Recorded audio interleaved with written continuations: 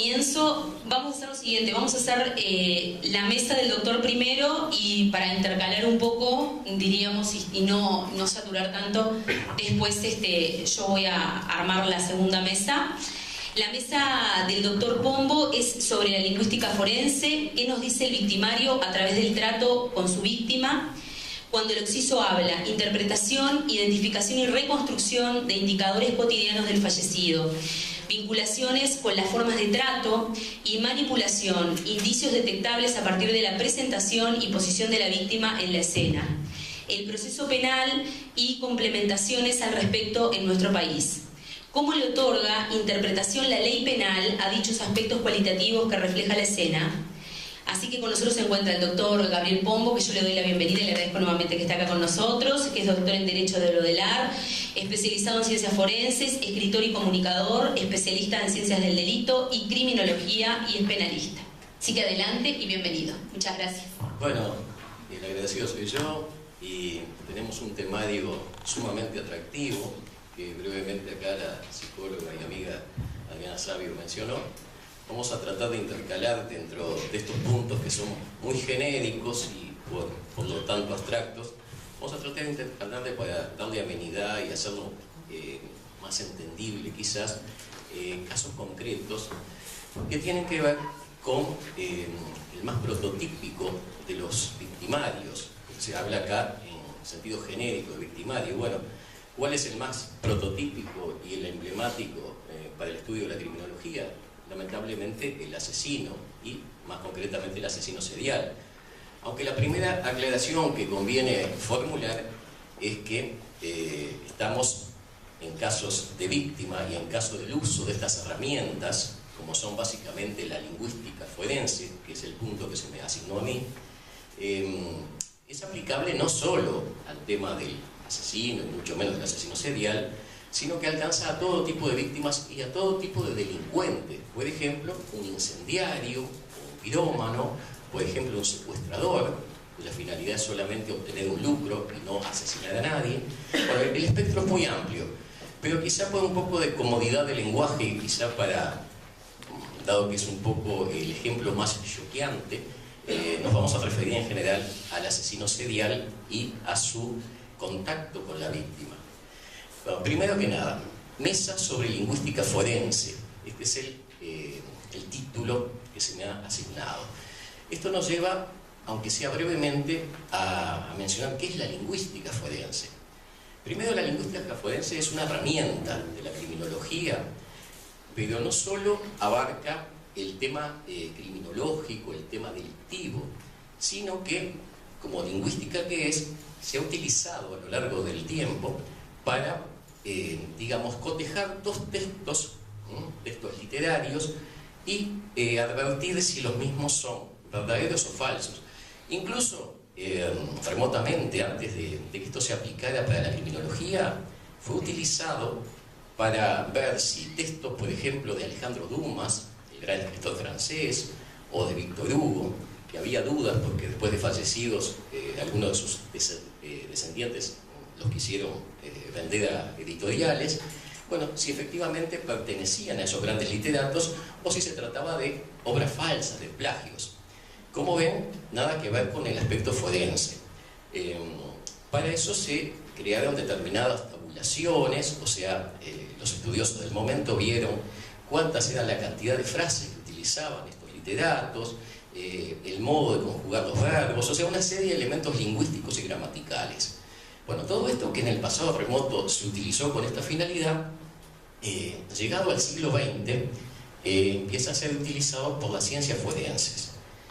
Y el primer caso de lingüística forense que reconoce la historia es en la década del 50 del pasado siglo. Y lamentablemente se trató de un gran fracaso de la ciencia forense. ¿Por qué? Porque, y como les dije momentos atrás, iré intercalando en esta charla casos de asesinatos seriales famosos. Bueno, se trató de algo muy trágico.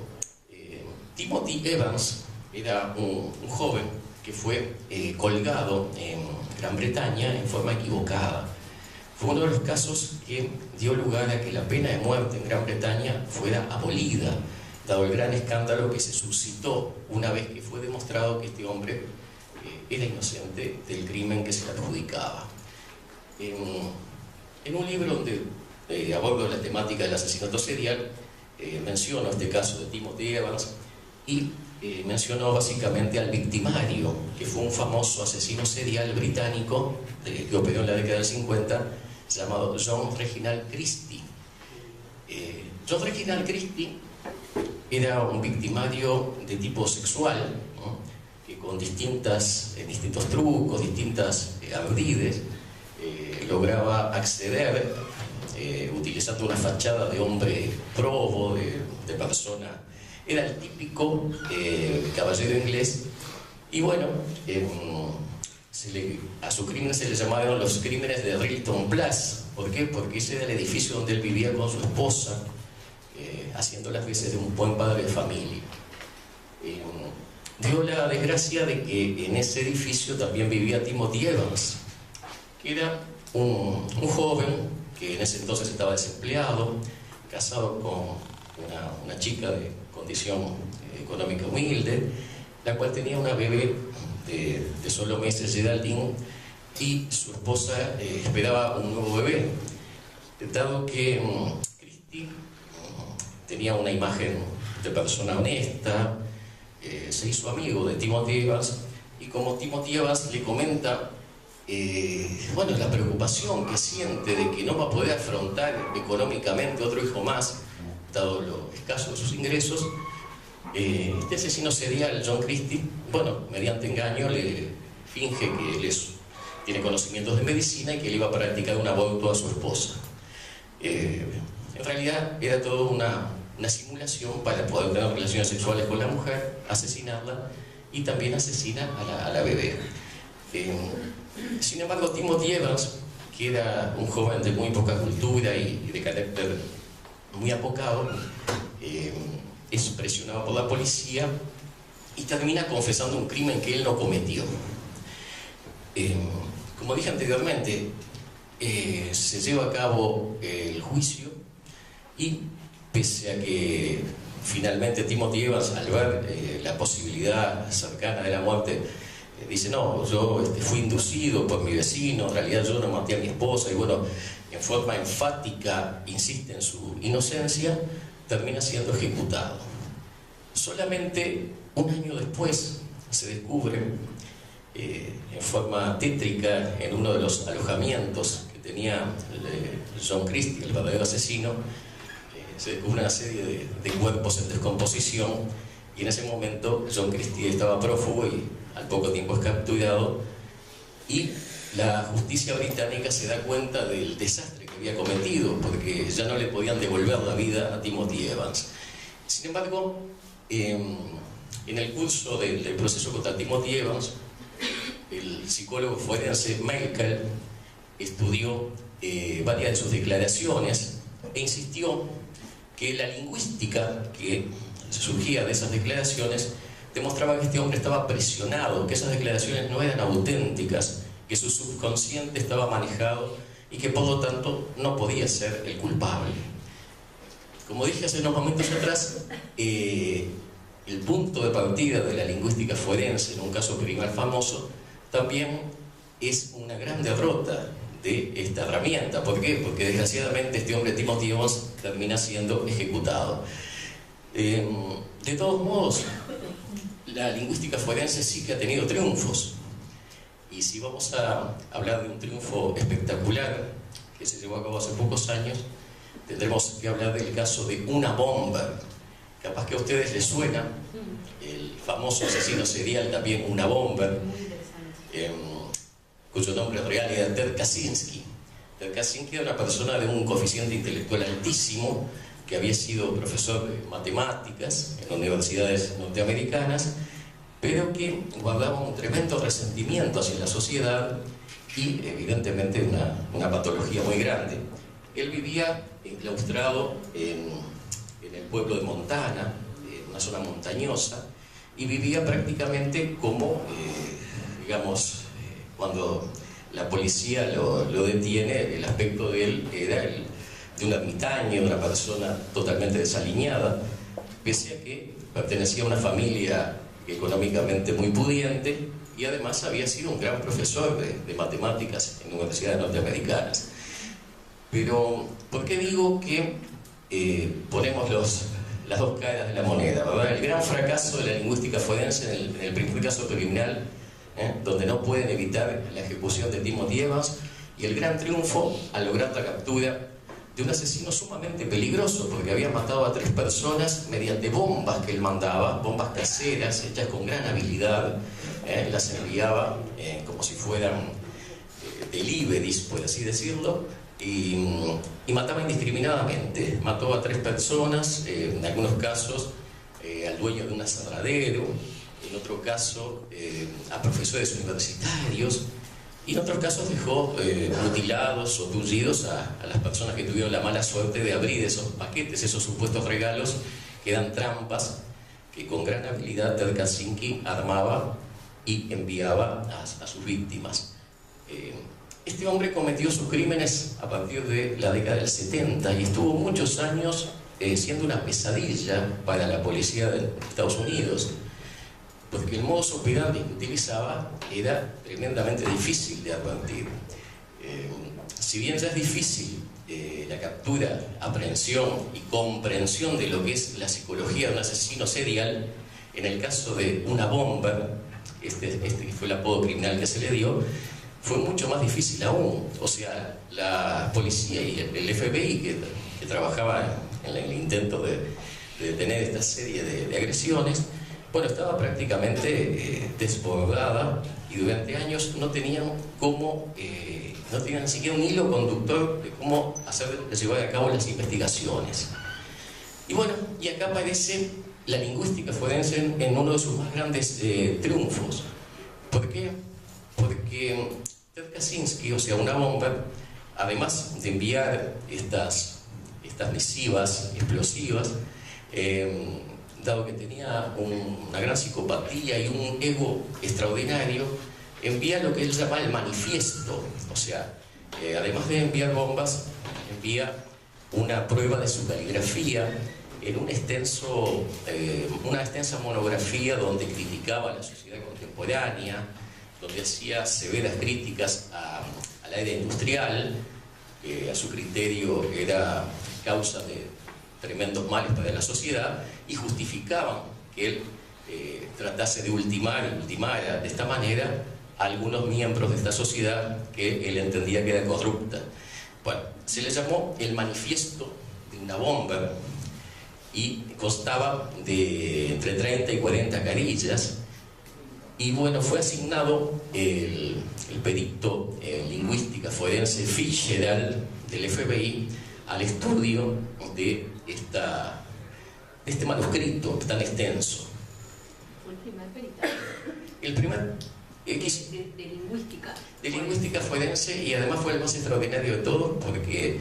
Impresionante lo que descubrió. Lo que se descubre. Ahora bien, bueno es decir también de que más allá de los esfuerzos de Fitzgerald y su equipo forenses y lingüistas, no hubieran podido dar con el verdadero asesino si no tenían la suerte de que David Kaczynski, el hermano del mismo, porque digamos el famoso manuscrito sale a luz, sale en los periódicos, lo lee y dice, bueno, pero esta es no ya la letra, esta es los conceptos lingüísticos que usa mi hermano. O sea, porque todos nosotros tenemos una serie de muletillas al hablar y al escribir que son a veces únicas, aunque no nos demos cuenta.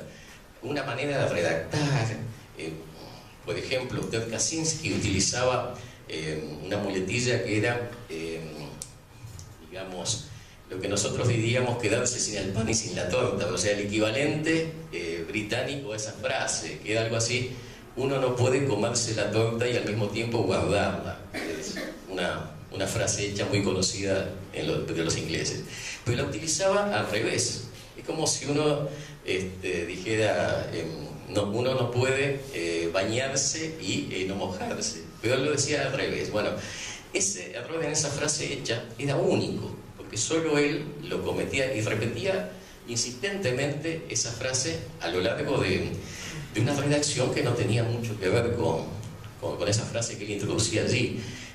No fue obviamente el único elemento lingüístico que el FBI tomó en cuenta para entender de que la denuncia que el hermano Ted Kaczynski hacía era real, sino toda otra serie de elementos grafológicos y de tipo de sintaxis y demás. Lo cierto que no basta con un informe técnico lingüístico, por excepcional que este sea, para que una persona sea llevada a los tribunales y sea juzgada de algo tan grave como sus crímenes seriales. Por lo tanto, el trabajo que hizo el psicólogo forense Fitzgerald, lingüista, y su equipo fue extraordinario, y lograron presentar una prueba contundente que se presentó a juicio y fue irrefutable para obtener la captura de Ted Kaczynski de una bomba y frenar esa ola de crímenes, al punto tal que al día de hoy está en prisión, que era uno de los más peligrosos asesinos seriales, porque a veces en el imaginario colectivo nos parece que el más peligroso es aquel que utiliza armas blancas o armas de fuego, pero puede ser, desde el punto de vista de la captura y de que siga años y años causando un desastre, este tipo de asesinos anónimos sumamente inteligentes, de coeficientes intelectuales extraordinarios, que utilizan estos mecanismos. Bueno, ¿cómo los capturamos? En este caso, la lingüística forense fue la herramienta que permitió la captura de Ted Kaczynski, una bomba.